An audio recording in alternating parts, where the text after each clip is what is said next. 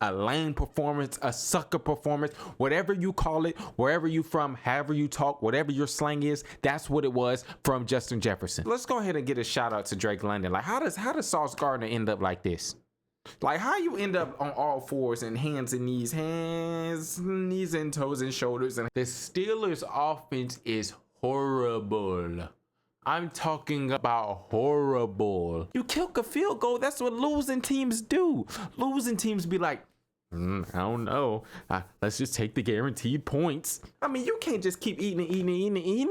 You gonna get full. C-Mac eats, he eats. Yes, we want him to eat. We don't want to starve C-Mac, but he gotta rest. Incredibles where Dash was running in the race, and then he had to slow down, and then he had to speed up, and then he had to slow down to make it look realistic. That's what Trevion looked like. We got a new QB on the scene. You got a new QB in the league, and you need to look out for his ass, and his name is Tyler Shough. He's coming.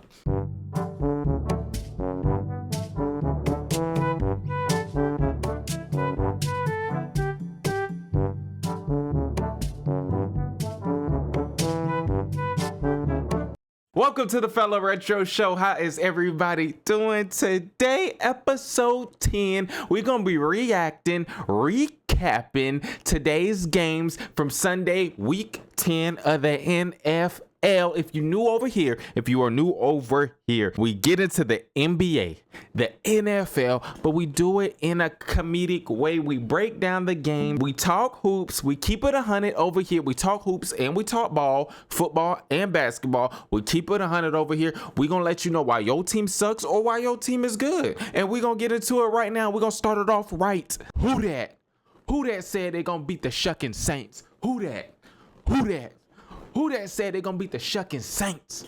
Not the Panthers. The Saints just flew to Carolina and handed Bryce Young and them Panthers a ass whooping tonight.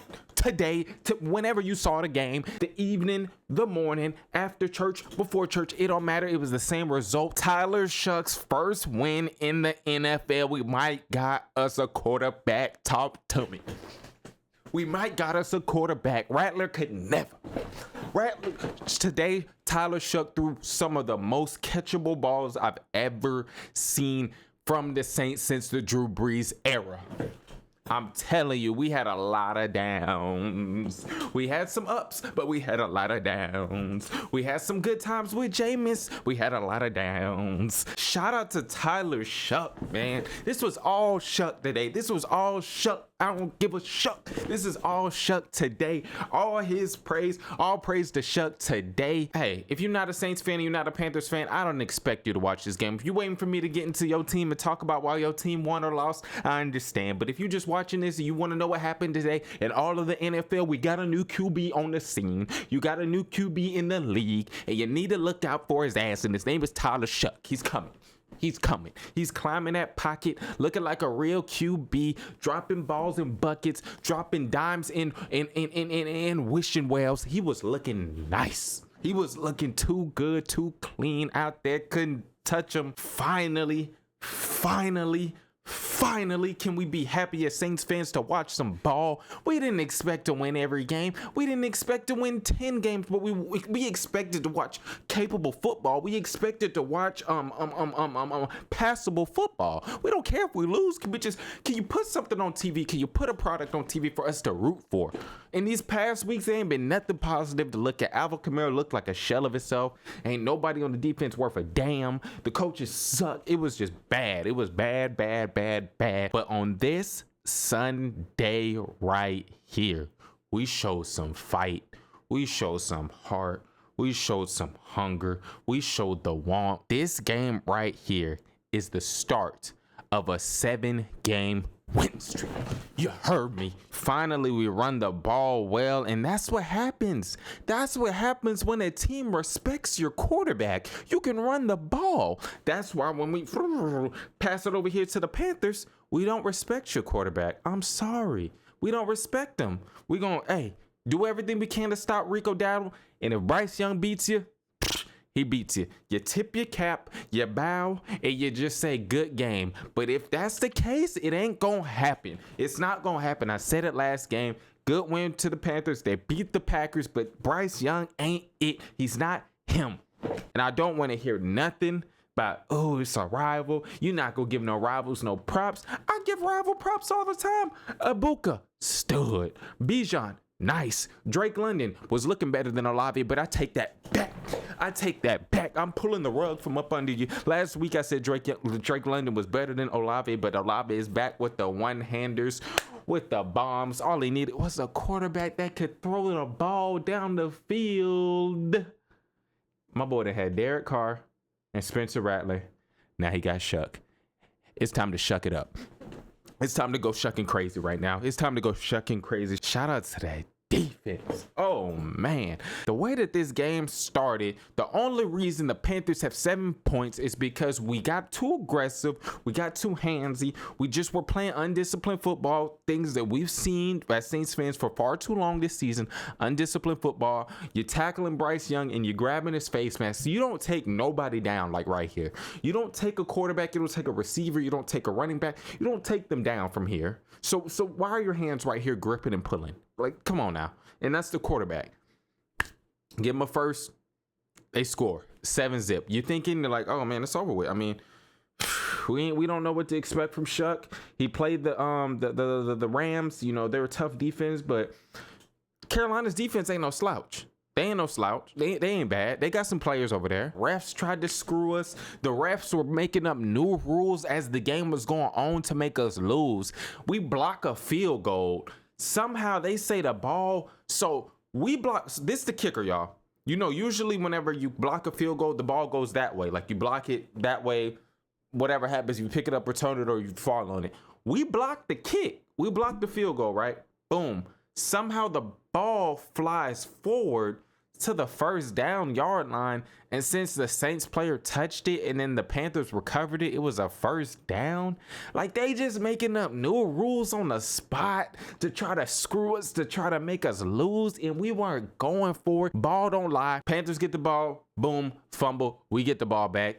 Ball don't lie. Shout out to Chris Olave. You can't even really say shout out to Chris Olave, even though he had a hell of a game. I'm talking about nice catches, putting JC Horn on the ground. Get your weight up, Horn. Get your weight up. Get it up. It's down. Just like how you were on the ground, your weight down.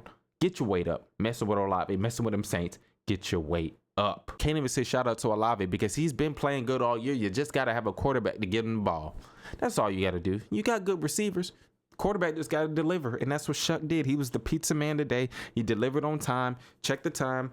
He came right on time, not late, not early, right on that estimated time. Shuck delivered. And I always give a shout out, always give respect to either one player or something about the other team because I'm not a one-sided person. I always watch these games. Just all these guys are professionals. Everybody's a professional. From the Panthers side of the ball, it's not T-Mac. The only T-Mac I know play basketball, and he retired. There ain't no T-Mac on no NFL field that I know. So it ain't T-Mac. It ain't Bryce Young. It's Nick Scorton. If you don't know Nick Scorton, rookie, Panthers, number 11, really good. Other than that, I ain't got nothing for you, Panthers. I ain't got nothing for you. Shuck, yeah. Shuck, yeah.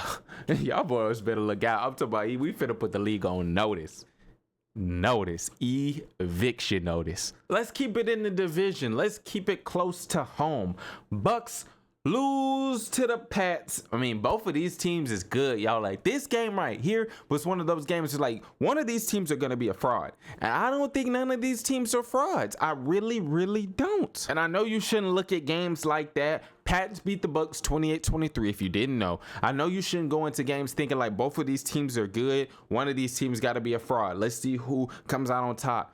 It wasn't really like that. I really liked what I saw from both teams. I didn't like what I saw from the Bucks defense, I'm not gonna lie. But one thing that the Bucks can lean on is somebody named Ibuka, and another thing that they can lean on is that play calling. I don't know who their OC is, but they have had some good play calling, except for on that BS 2-point conversion. Like, what was that? They tried to run a Philly special, but it wasn't nothing special about it. There was nothing funny. That was disrespectful to the Philly special. Like, that should be named something else. So I don't know what they were running.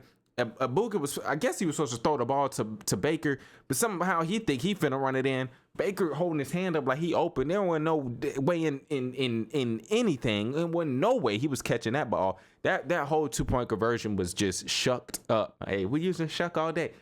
He's the guy. He's him. The Bucks has some really good play calling. Like, I'm watching this game and the way that they're springing people open and the way that these guys, like, there's professionals on offense and there's professionals on defense. So whenever players are getting wide open, it's usually either a busted coverage or it's just good play calling. And it wasn't really that much busted coverage from the Patriots today. Like, it was just some really good play calling by the Bucks. Home run speed.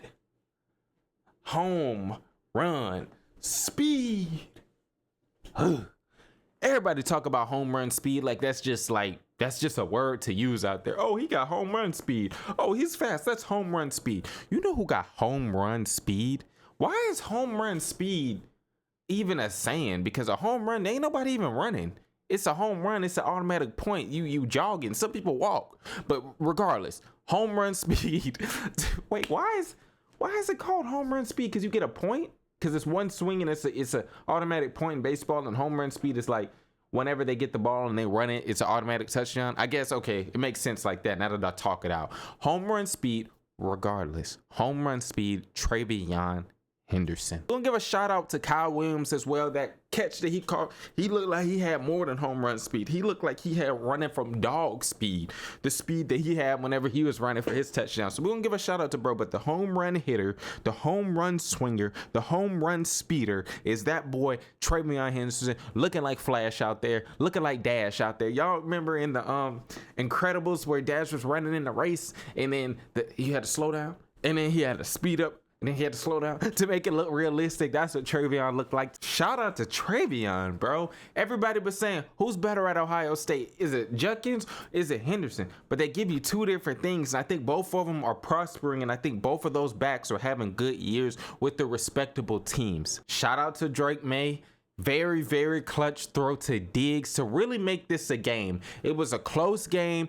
Patriots was, kind of stagnant other than that Kyle Williams touchdown. They were down by 3. They could have kicked a field goal on 4th and goal to make it 10-10 going into half. They received the kickoff. So leaving it 10-10 to go into the half is not a bad call for losing teams.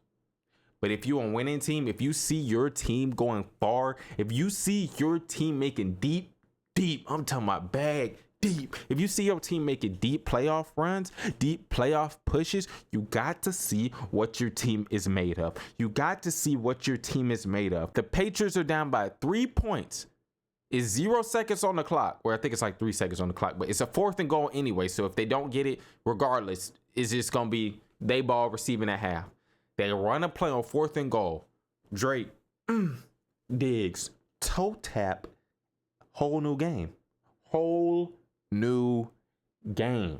Patriots ain't did much in that first half. They scored that touchdown right before halftime. Now it's 14-10. Come out right away and score. Now it's 21-10. Instead of 17-10, it's 21-10. Shout out to the Pats. But the Bucks weren't going nowhere. The Bucks weren't leaving just yet. They weren't. That team got some grit. That team got some heart. Whenever your quarterback is Baker Mayfield and he gonna scratch and he gonna claw and he gonna gnaw all the way to get to the end of that finish line, you always gonna have a puncher's chance. Bucks come down and score. Then it makes it 16-21 because I told you they went for that BS 2-point conversion. That was just terrible. And now it's 21-16. Now it's the 4th quarter. It's a ball game now, y'all. Now it's a game. Now you at the edge of your seat like, hey, who gonna do what? What's about to happen? Good stop for the Bucks. Now it's the Bucks ball. Good stop for the Patriots. Good stop for the Bucks. Good stop for the Patriots. And then Drake May. Bomb. Matt Williams. Matt Williams to the 5-yard line. You thinking it's over. Wrap it up. You know that Tampa Bay traffic is crazy. You know them Florida drivers be crazy. You know that traffic is crazy. So y'all go ahead and just dip up out of here. Gone before you don't get home till dark. It's over with. Matt Collins to the 5-yard line. It's over with. No. Drake May pulls his best tour impersonation and throws a pick in the back of the end zone, which was a terrible throw. There's no excuse for that throw right there. That was terrible by Drake May, pulling his best Tua impersonation. Close enough in the same conference, in the same division, giving Baker and them another chance. Now the Bucks, they're driving. They're at the Pats 27-yard line. They're looking like they could do something. Then that Patriots defense steps back up once again. Incomplete pass, sack, get the balls to the Patriots. It's over with. You thinking they finna salt the game away, knee, or just one good little first down. Travion Henson. Hey, I told you, Flash was thinking something else. Dash Flash was thinking something else. Bro was running so fast that he had time to look over there to the sideline. I kid you not, y'all. Bro was running so fast, had so much of a lead. He was running so, and this is an NFL game, y'all. This ain't just in the backyard playing around. He had so much speed. He had so much ground on the defenders that he had time to look to the sideline and ask his coaches, like, should I go down or should I score the touchdown? Like, it was crazy. That was a good game. Shout out to the Pats. They for real. Now, we talked about some good games to start it off. Let's talk about some games that weren't so good. Well, they were good for the teams if you were a fan of the teams that were winning, but just all in all, games, like a good game to watch. Let's get into some ass whoopers because there was some belts handed out today. There was some belts that got swung and hit a few fan bases on this lovely Sunday. And we're going to start off with Seattle, looking like they are the front runners to make it to the Super Bowl. They just took my guy Shaheed, and they don't even need him. They don't even need him. That's how good they are. 44-22 against a rival, against a divisional rival should just let you know. I always say this. You can never really, predict games against divisional rivals. Don't matter if it's the Browns and the Ravens. It don't matter how big and low the teams are. It don't matter if it's the Bengals whenever they were really trash versus the Pittsburgh Steelers whenever they were really good. It don't matter if it's Miami in 2025 versus the Buffalo Bills in 2025. Like, when you go against a division rival, you can't never really whoop them like you want to, because you go against these guys 2 times every year. No matter what teams you see throughout the regular season, you know for a fact you're gonna see your rivals 2 times a year in and year out. These teams know each other like I don't know. What do you know? You know that these Fellowretro videos are fire, just like you know that. Just like you know to hit that like button. That's how much these teams know each other. So to whoop a divisional rival should let you know that this team is for real. This team is legit. This team right here, Sam had a good year with Minnesota, but shoot, are the Jets really that bad? Oh my goodness. Are the Jets really that bad that they make players look suck? Like, imagine that. Sam Darnold is out here. Boom. It was 35-0. 35-0, y'all. Like, you can't make this stuff up. It was 35 points to 0 points in the second quarter. Demarcus Lawrence had more points than the Cardinals had in the first half. And DeMarcus Lawrence, if you don't know, is a defensive player. He had more points himself than the Cardinals had as a whole team, offense and defense. I cut that game off at halftime. The only thing positive I could say for the Cardinals is you got a top 5 tight end in Trey McBride. Build around him. Marvin Harrison Jr. looking like he's coming alive. Build around him. Detroit said, hey, we got belts too, and we handed them out as well. Seattle ain't the only place they got belts. They might got salmon. They might got some good seafood. They might got some good scenery. But we got belts over here in Detroit too, and we ready to swing them. Shout out to Detroit.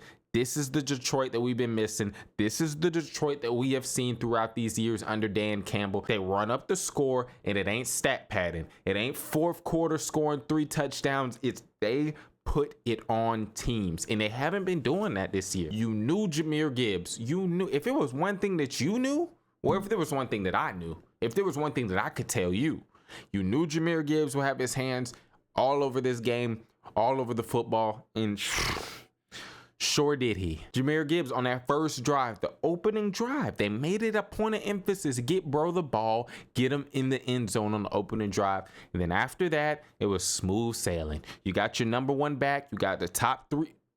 Top three is kind of crazy. You got a top 6 back in the league right now. You get them the ball, you get them involved early, and good things will happen for your crew. I told you, I really liked what I saw from Jared Goff last game, even though it was a loss. I liked how he stood in the pocket. I liked how he was getting hit in the chops. He was getting hit from the bottom lip all the way to the top of the chest. That's where he was getting hit up all last game. And he didn't cry. He didn't pout. He didn't throw his arms up. He's not cussing on the screen like how Aaron Rodgers was cussing and looking crazy. He stood there, kept his mouth shut, and was just diamond. He was straight diamond. And that's what he did today. He was diamond. Another person that I gave a shout out to last week was J-Mo. I told y'all, if this offense wants to be where it wants to be, you get Gibbs involved and you get a number 2 receiver next to St. Brown. You got the tight end work. You know you got the tight end work, but J-Mo balled out. He was doing front flips and back flips and cartwheels into the end zone, looking crazy, getting open, looking like the number 1 receiver, looking like how he got that number 1 on his back. He was looking like the number 1 receiver today alongside Gibbs. Shout out to Detroit as a whole. Played good. Just played good ball. We saw a Khalif Raymond sighting. I remember that name from last year just popping. You would just hear Raymond. He was all over the field today. He caught some tough passes, got him into some motion, handed the ball off to him a few times. That's what you need. You need to come on now. I know y'all lost Ben Johnson, but hey, you still got playmakers over there. You still got guys to make plays, and they showed it today on Washington's side of the ball. I really don't think Marcus Mariota is that bad. He didn't play that bad of a game today. If I were to say anything like that popped off for me for Washington that I was like, you know, something to look forward to, I don't know. I mean, I really like Marcus Mariota as a backup, but you're going to have Jane Daniels, so you can't really just give too much props to Marcus Mariota, but that's the one thing that I will say for Washington. I think Marcus Mariota played a really good game. It's just Detroit they were going to unload the clip on somebody. It just happened to be Washington. Speaking of unloading on somebody, the Rams did it again. 42-25. The Rams beat a division rival. And this is what I was talking about with Seattle. You don't see teams beat divisional rivals like this. Like, this is just unheard of. If you know you're good, you know you're a Super Bowl contender, you know you're a good team whenever you can beat a rival, whenever you can beat a team that knows you the best this bad. Picking up where they left off, wheeling and dealing, Stafford. I mean, he had a lot of easy throws out there. I know the 49ers defense has a lot of injuries, but the amount of miscommunication and the amount of open receivers that you saw this game, it looked, I ain't gonna say it looked rigged, because I really don't think that the games are rigged, but it did look like there was a lot of just mishaps on the 49ers part on defense. Like, if you're a 49ers fan, I know you're watching this game just like heated, cussing and yelling at this defense. It's not that you expected them to come out there and shut down Puka and shut down Stafford and shut down Adams. Like, I hope you didn't think that. I hope you were logical. If you think that, there ain't no point in me talking to you. But if you're a logical 49ers fan, if you're a logical football fan, you knew those guys were probably going to eat. Let's see how you respond. It was just a lot of just open tight ends here and there. Like, it just didn't seem like Stafford really had to try. I mean, the Saints made him work a little bit harder than the 49ers made him work. I mean, shout out to the Rams. You can't really take nothing away from them. They rolling, they scoring. Everybody over there is looking happy. Their defense is pretty good. That pass rush is supposed to be elite, but I didn't really see no eliteness. I ain't seen nothing. That's one thing I can say. I always find something positive. I always find something critiquing. It don't gotta necessarily be negative, because negative is just hating and just bad. A critique I have from seeing the Rams game, that defensive line did not pop off. I don't know if the 49ers offensive line is supposed to be elite or is really elite, but I didn't really see Mac Jones really have to just take any sacks. I don't even know if he got sacked. I don't know if they ever got him out of the pocket. He seemed comfortable. He had his coffee. He had his morning newspaper. He was chilling back there. And that brings me to the 49ers. Mac Jones is him. I wouldn't say he's him, but he's good. He's better than at least 6 starting quarterbacks right now. And I'll say that. Mac Jones is nice. When I see that dude play, bro, it's 14-0. Mac Jones, 49ers driving. They driving. Strike to Jennings. Boom. Peanut Pillman punch. Jennings fumbles. Rams ball. Rams got it going. Now it's 21-0.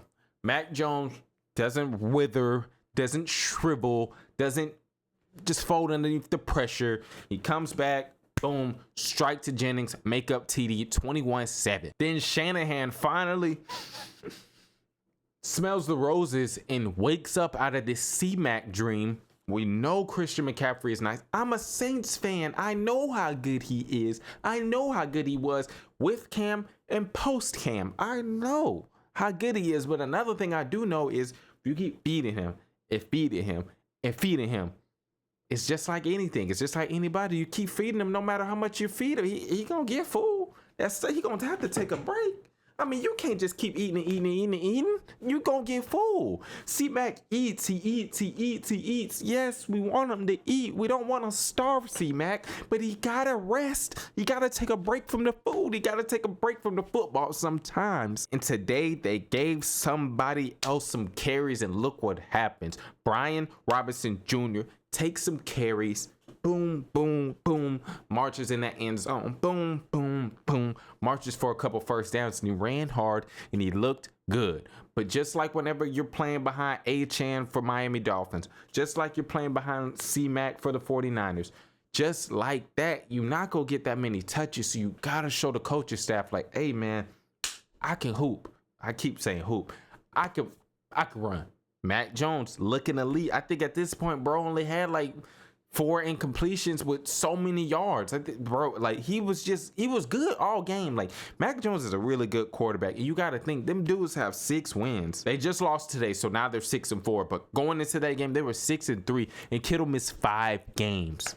Your number one receiver, your number one target, your number one threat besides C-Mac, 5 games, y'all. He missed 5 games, and they still managed to be 6-3. Like, come on, like that dude, Mac Jones, bro. I don't know, Purdy. It ain't looking too purty. I got a question for you guys before we get up out of here. Not only are these 2 teams in the same conference, they're in the same division, and they both are going to be making playoff pushes. Which team is better? The Los Angeles Rams or the Seattle Seahawks? Y'all let me know down below. And I'm not talking about right now today as we stand. I'm saying if you were to have these 2 teams match up in the playoffs, which is very likely, who you got taking it? Who? Do you got Sam Darnold, JSN, and them boys out there looking like the best team in the league? Or do you go with the veterans? Do you go with Matt Stafford, Devontae Adams, and Puka? Who you got? I want to know. I genuinely want to know. These teams are rivals. These teams are in the same conference. They might see each other in the playoffs. Who you got? Rams or Seahawks? Falcons and Colts game. And, you know, Saints fan, no Saints fan. Penix ain't it. Penix ain't no shuck. I tell you that. Penix ain't it, y'all. Atlanta fans, I know we don't see eye to eye. I know y'all don't see eye to eye with the Saints. I know, hey, we rivals. We don't like each other. When it comes to the football field, we go at it. The Falcons and the Saints, we rivals. We've been rivals. But can y'all keep it 100? All the rappers, everybody in Atlanta talk about some keep it 100. All you hear about is everybody saying they keep it 100. Can you keep it 100 about your quarterback? Can we talk about Penix? Is Penix the guy for y'all or what? Keep it 100. Keep it real. Keep it 100. Penix ain't it. I'm talking about underthrow galore with him. Every ball is either an underthrow or it's late, could get picked. It's uncatchable. Y'all better off starting Ritter. Y'all better off having Ritter out there. Penix ain't it, y'all. He not. I'm sorry that it has to come from a Saints fan, but can y'all keep it 100? What's up? Are y'all still riding with Penix? Y'all still think that he's him? I mean, the Colts only had 13 points in the 4th quarter, y'all. By the time it was the 4th quarter, the Colts only had 13 points, and y'all still found a way to lose the game. The ball was in short field. The ball was at midfield multiple times for y'all to score, but Penix can't get it done. He just can't. He can't get it done. Look at this throw right here, y'all. This should be a touchdown every day of the week. This ball should be thrown to the end zone, almost to that back pylon. Not all the way, but Pitts got steps. It's not usually you say, yeah, that receiver had a step on that. He had steps, multiple steps on the DBs. And somehow this ball ends up hitting the DB that, here go Pitts. He got him beat. He's looking for the ball. The ball landed all the way back here. And that's not the only play. It was multiple plays like that all game.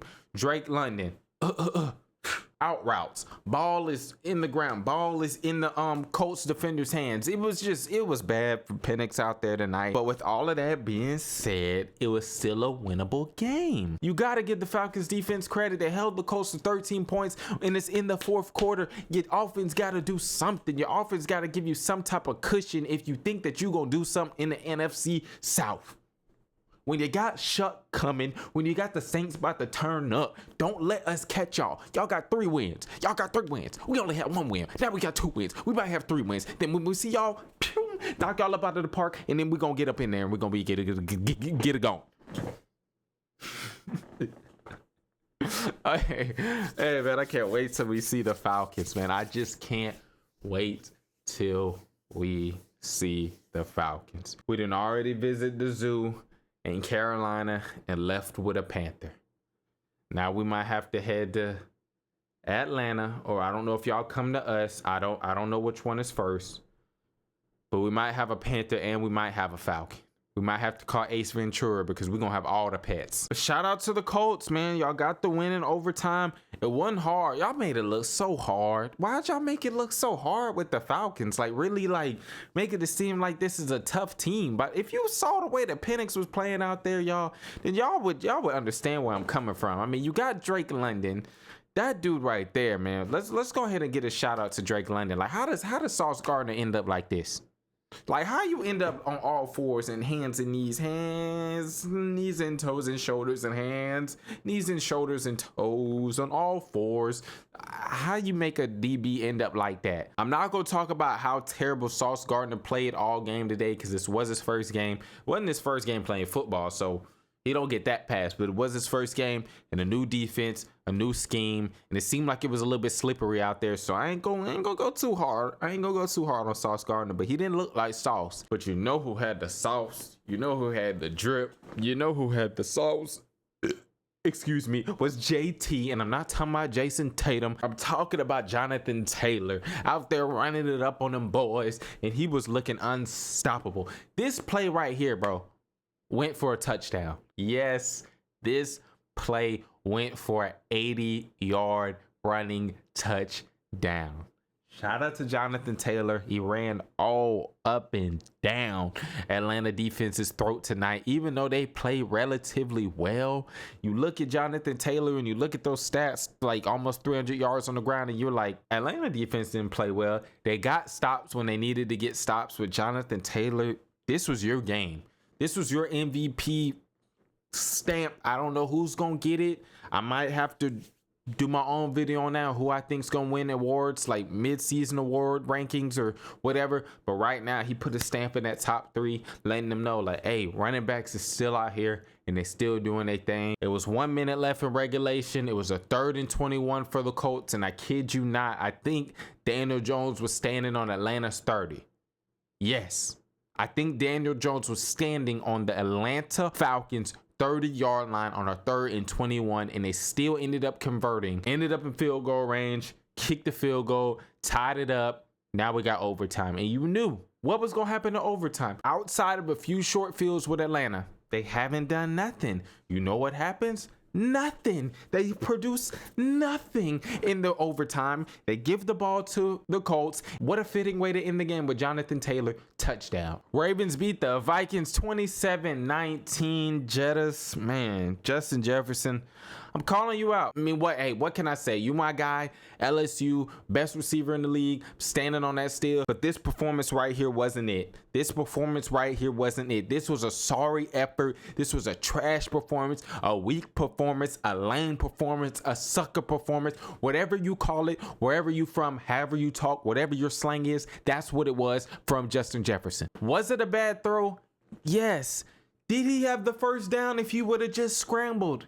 Yes, but you can't be mad at your quarterback, basically a rookie quarterback, giving you a chance at a high point ball. We've seen you make these catches multiple times throughout the year. You can't be mad at your quarterback giving you a chance and saying, hey, if I would rather run for a first down, or would I give it to my number one receiver, the best receiver in the league, to go make a play? No, it wasn't the best throw. No, it wasn't the best pass, but the fact that they catch it on an interception and you just are just standing there, like, bro caught it and he's running back and you're just like throwing your hands up in the air at JJ and just like walking off to the sideline while bro is returning the pick. Like, you didn't even try to like tackle him or no effort. That's lame. That's just lame. At that point right there, I was like, I don't think the Vikings are gonna win this game. And they were holding the Ravens to field goals. Like, the Ravens had no touchdowns to this point.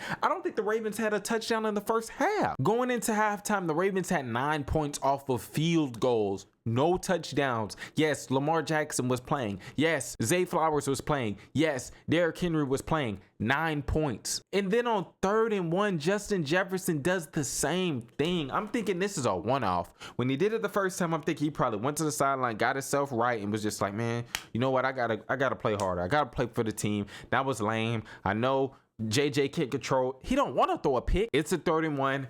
JJ, this is a one-on-one. This is not a bad play call. Justin Jefferson just got his feet tangled up with Marlon Humphrey and he fell down. This isn't a bad play call at all. If they could have this play over again, they'll run it again. They'll run it the same way. It's a one-on-one. Justin Jefferson, Marlon Humphrey. It's a one-on-one. Marlon Humphrey and Justin Jefferson, they get their feet tangled up. Justin Jefferson ends up on the ground. Marlon Humphrey's still on his feet. Pick. Same thing. Marlon Humphrey's trying to return the ball. Justin Jefferson's walking. Like, just walking. Like, walking. And I'm like, Vikings not gonna win this game.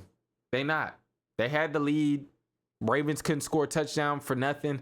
I just said they're not gonna win. Whenever your best player is playing like this and has this type of attitude and has this type of effort, you're just not winning. Cause that's just like infectious. Like, whenever you see somebody just being like a Debbie Downer, you don't want to party. You don't want to have a good time. You can't have a good time. How can your quarterback trust you in those one-on-one situations later on in the game if you are just not giving effort? Either you're falling or you just because you're not in good position, you just pout. Like, what does that say to JJ whenever it's the 4th quarter or it's late in the 3rd and you still got time to win? And he's looking him off. Like, you see him, like, you watch his head and he's purposely throwing checkdowns now because he's second guessing, like, oh, Justin Jefferson is kind of covered, so maybe I shouldn't throw it to him because he's just gonna say I'm trash to everybody. That was lame. That just was lame. That was my biggest takeaway from this game. Shout out to the Ravens. Another short down and distance. They take Derrick Henry off the field. That's starting to become a common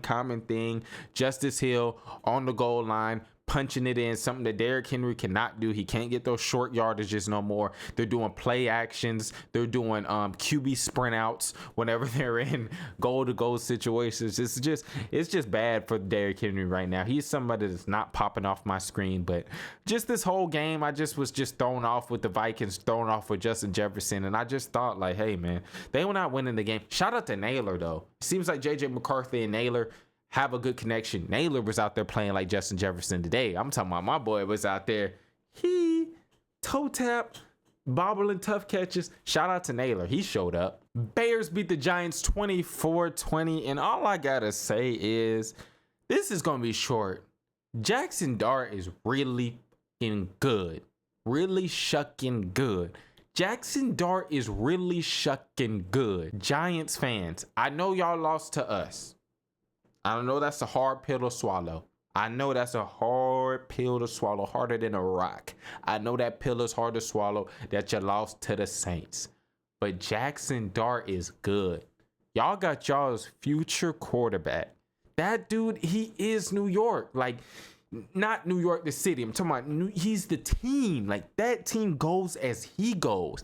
He was looking precise. He was looking efficient. He was looking like a surgeon out there on that field. He was looking lethal on the move with his legs. If he was passing, if he was tucking and running. It was 17 Giants, 7 Chicago in the third quarter, and Jackson Dart had over 200 yards passing and had 2 rushing touchdowns. He had his name all over this game right here. Like, that dude, before he went down and before he got hurt, he was looking like he was about to have a crazy game. He was having a crazy game, and I'm just watching. I'm like, it's been a minute since I seen like a QB really just be the team, and I hope he's okay, because if y'all got to start dangerous, it's gonna get dangerous. But Chicago, man, they got the heart of a lion. I'm not gonna say the heart of a champ, because I'm not sold on them. I'm really not sold on them just yet. They got the heart of a lion, though. Jackson Dart goes down and fumbles. Not only did he go down and get hurt, he fumbled. So not only was Jackson Dart out for the game, he gave the ball back to Chicago. At this point, Caleb Williams is not looking good. He's like 11 to 21.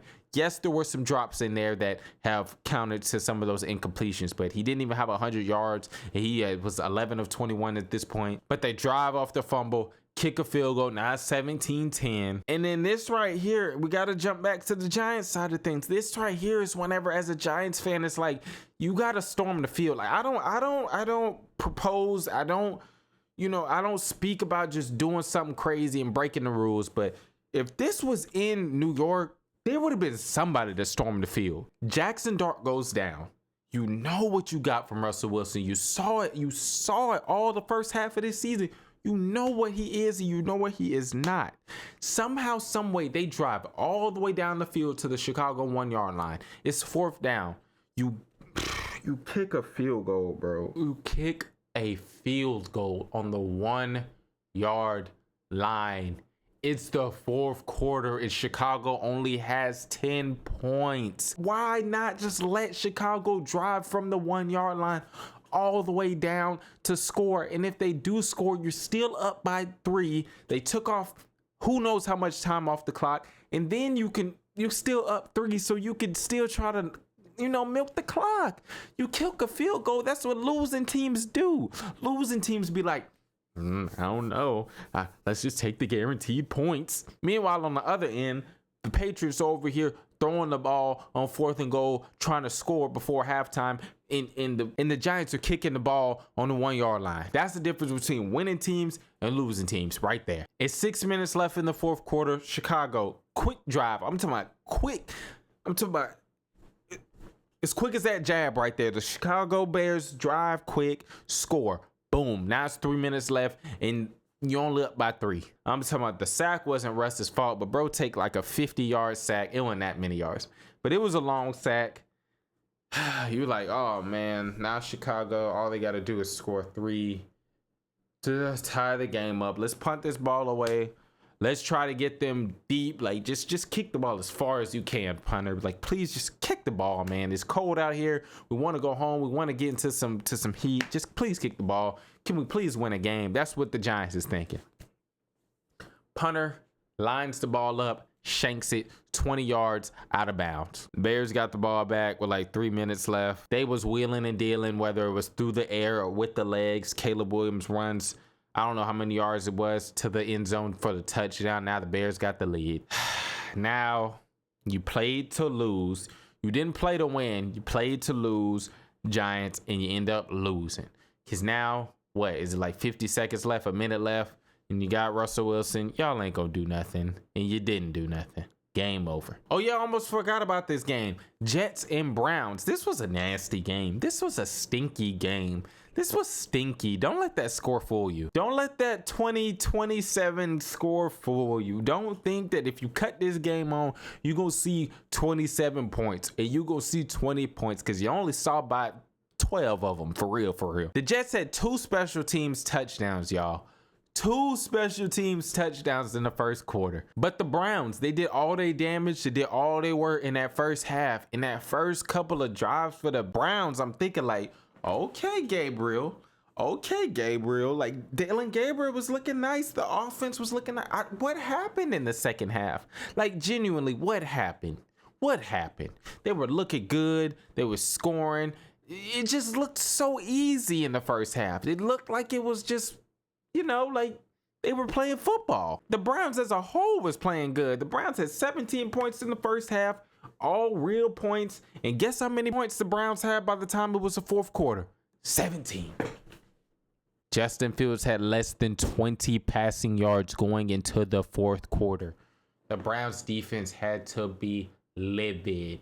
The Browns defense had to be hot. The Browns defense had to be furious. If you hold a quarterback in 2025, if you hold a NFL, not a college, not a high school, not a middle school, not a park, not a rec quarterback, an NFL quarterback to less than 20 passing yards in the fourth quarter, heading into the fourth quarter, and you still lose the game. But shout out to Justin Fields on this screenplay right here. This was a 0 blitz. Look how, that's one quarterback I would like to talk to. Not too many quarterbacks I would like to hear something from, but Justin Fields, man, he'll be somebody that'll be dope to talk to. Like, bro, like, how you take all these hits and you just next play, you just come up there and hike the ball and you just play like it just didn't happen. Like, that dude's one tough SOB.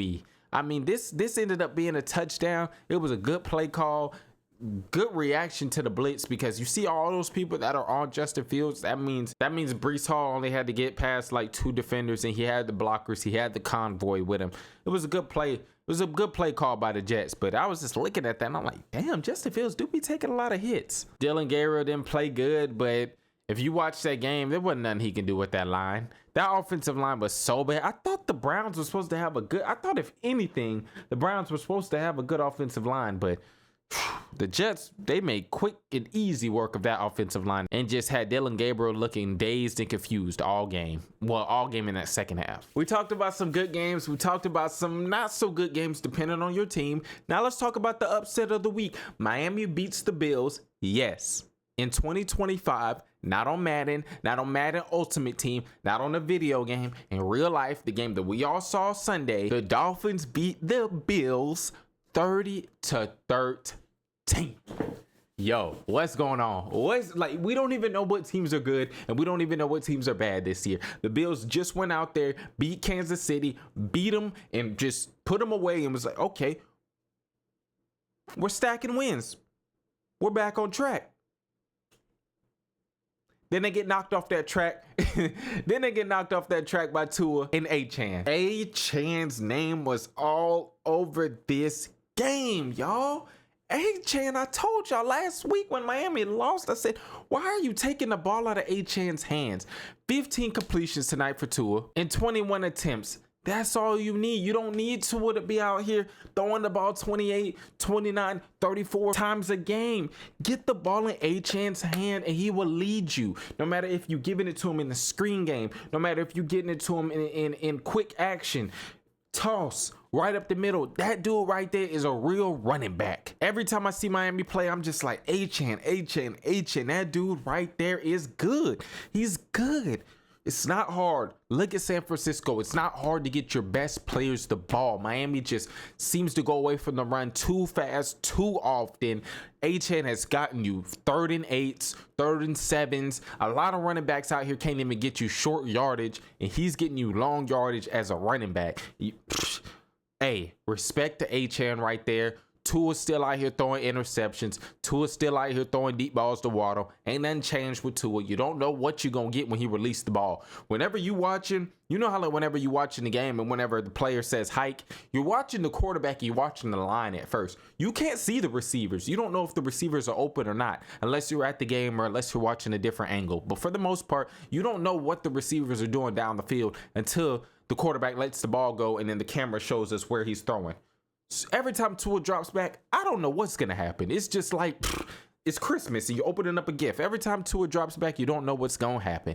He drops back, pick. He drops back, Jalen Waddle down there. You don't know or as I should say, you know what you're going to get from Tua. You don't know if it's going to be a pick. You don't know if it's going to be a nice play. The only thing you know what's going to happen with Tua is whenever he throw them screen passes, because you can see it all in one motion. But as soon as you see this, you don't know what's going on. The score was 16-0 going into halftime. The Bills had the same amount of points as us. The Bills had the same amount of points as us watching it right here at the crib. We all had 0. I ain't had no points. They ain't had no points. You look at Josh Allen, 300 yards, and you probably think, man, how did they lose this game? Josh Allen was wheeling. He was dealing. But that's why you don't look at the stats right there. That's why you got to watch the games. Even if you don't like the teams, if you want to know how a player played, just watch it. Just turn on the highlights or something. Watch the game. You can't just look at the stats and be like, damn, it wasn't Josh Allen's fault. Still had an interception. Still had a costly fumble. But Josh Allen, this was not an MVP performance. He was still high. He was still not like high. Like he was still like they were still riding high off of that Kansas City win. Came to Miami and they just didn't have it. Shout out to Miami. This is a division rival. You don't see people really just whoop division rivals. I've been saying that all episode. The name of this episode should be Division Rival. Face ad. But Miami's defense, let's go ahead and give them a shout out, man. They've been balling these past couple of games. Their run defense is something that's really popped out for me. That run defense has really popped, y'all. As quiet as kept, they held Bijan Robinson to 25 yards. Then they played the Ravens, and yes, Derrick Henry did have 100, but if you were watching that game, I remember watching that game on Thursday night. They had Derrick Henry in check until that second half whenever the Ravens got the lead and they just start pounding the rock. But for the most part, they held Derrick Henry in check. And then this week, and you play Buffalo and you hold James Cook under 60 yards, which he's been averaging. I don't know how much he's been averaging, but it seems like he's almost had 100 every game. That defense for Miami has been playing really good. I got hot, then I got cold again. Let's just throw the jacket back on. I do one take with the jacket off, and I'll start getting cold. You know who else is cold?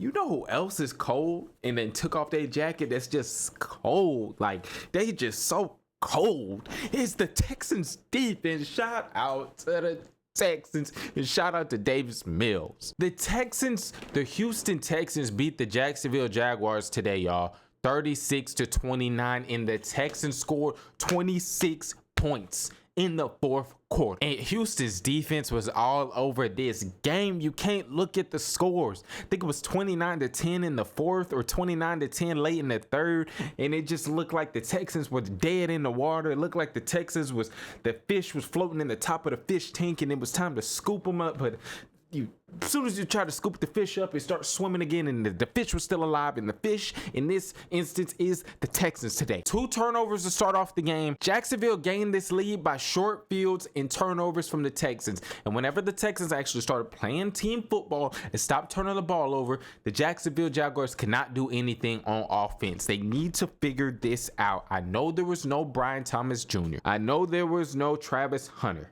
But when you're up 29-10 against any team and you think that you're going to be a playoff threat, you got to put them to bed. But the Houston Texans said, hey, we don't got no bed time. We don't get put to bed. We go to sleep when we want to go to sleep. Jacksonville started the game off hot.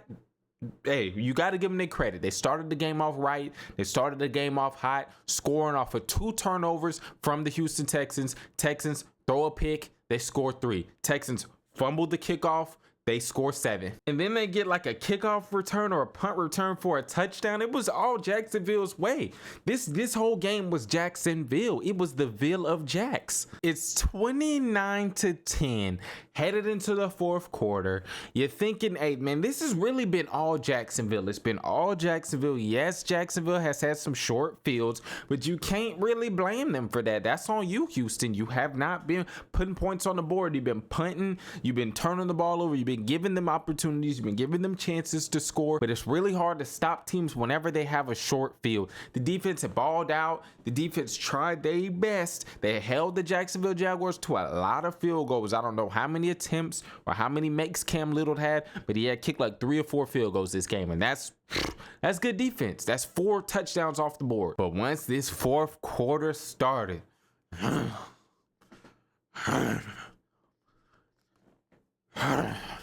They cranked that. They cranked that whip. They cranked it up.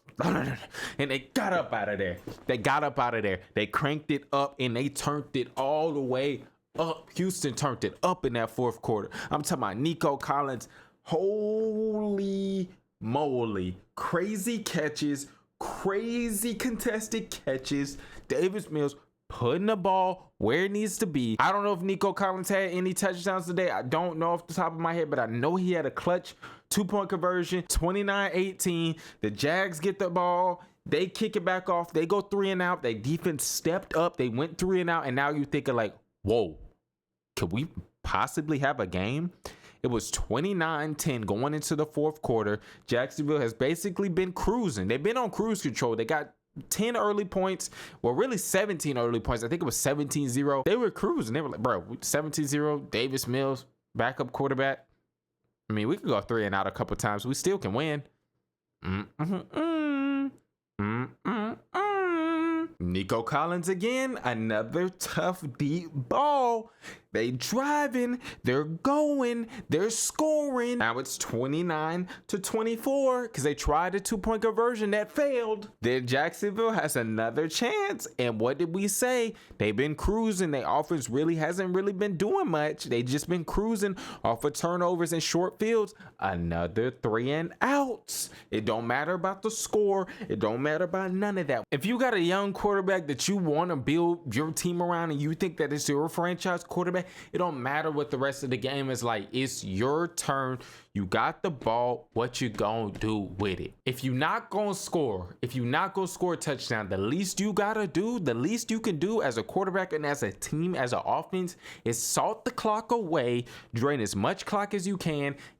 Just try that at least. 3 and out are only a minute took off the clock. Houston just scored. Now they're getting the ball back, but they're getting the ball on their own 7-yard line. So if they make this drive, if they score, they went the whole field and they did it. 18 plays, 80 yards for the lead. A little bit of that pass, a little bit of the run, mixing it in. The offensive play caller was in his bag of tricks, was in his trick-or-treat bag with those play callings at the end of the game. Davis used his legs to give them the lead. Now it's 29-30 and Jacksonville is looking sick. They looking like they on the top of the roller coaster right before they hit the dip. They looking sick. They looking worried. They looking like, are these seats gonna hold us? Is this regulation? Or is this seatbelt even buckled? They looking sick and they looking just uncomfortable now. And then Jacksonville has another chance. They have another chance, y'all. They got another chance after all of this. After them blowing the game, blowing the lead, just being trash, can't do nothing on offense. They got another chance, y'all. And you know what they do with it? Do you know what they do with it? Trevor Lawrence, bro. It was so bad, bro. I don't know if he fumbled or threw a pick or I don't know what happened, but it was just bad. Somehow the defender got the ball in his hands. He run into the end zone at the end of the game, and it's game over. It was already game over, but now it's double game over. It's the double loss. Woo, woo, woo, woo. It's time to sound the alarm on a couple teams, and one of those teams is the Pittsburgh Steelers. It's time to sound the alarm. The alarm. The Chargers beat the Steelers 25-10. And boy, was I thinking that this game was going to be a snooze fest the way it started. I told my homeboy that's a Chargers fan, I said, I'm not sold on y'all. I said, I'm sorry. I know Herbert's nice. I like Herbert. I think Herbert is elite. I think he's really, really good. But as a team, as a whole, I'm not sold on y'all. I'm sorry. So y'all going to get beat by Pittsburgh, and then it's just going to go up in shambles. They're going to destroy that O-line, that depleted O-line of y'all. They're going to have Herbert getting clotheslined and getting rock bottomed and getting DDT'd and getting Batista bombed all game, and it's just gonna be hard for y'all to move the ball. And boy, in that first half, did I think I was right. I thought I was too right. I thought I was Mr. Right in that first half. It was like 3-5 with 2 minutes to go in the first half. It looked like a baseball score out there. It was like 3-5. I'm like, yo, like that's a shift. Like half of the game is over. It's almost halftime. Half of the game is over, and the score is 3-5, y'all. 3-5. All you seeing so far was Herbert getting sacked smacked and slapped and tapped and all the above. Not only did you have Herbert getting slammed and whammed and bammed over there, then you got Aaron Rodgers overthrow galore, getting safeties, missed field goals for Pittsburgh. It was just bad. But with like 50 seconds left in the first half, Herbert finds his guy, McConkey, for the touchdown. Now it's 12-3, and that's a lead. As much as I was talking SHIT to him and I was saying that they couldn't beat the Steelers because their defense was good, I forgot about that offense, bro. The Steelers offense is horrible. I'm talking about horrible. That offense is horrible. Look at Mike Tomlin's face.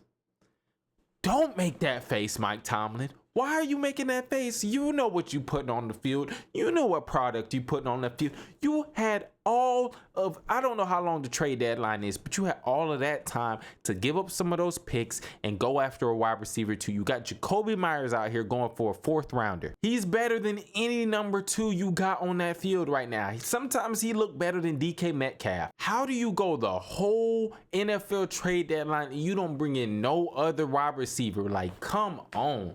Like, what are we really being serious with this team right now? Do you think that this is like, what do you think? Do you think this is Kenneth Gainwell, Roman Wilson, Calvin Austin? Like, they're NFL caliber players, but whenever you're trying to make a playoff push, if you're trying to make it to the Super Bowl, they gonna lock DK Metcalf up. The boy can only do about 2 routes and just be strong and big. That's a shame on Pittsburgh. That's a shame on management. That's just a shame on the whole organization for not going to go get another receiver. That offense is horrible. Shout out to Jaylen Warren in this hurdle though. He's nice. That's the only positive I could think of for the Steelers. He might mess around and be their best wide receiver, a running back. I don't sit up here on my high horse and think that I know everything.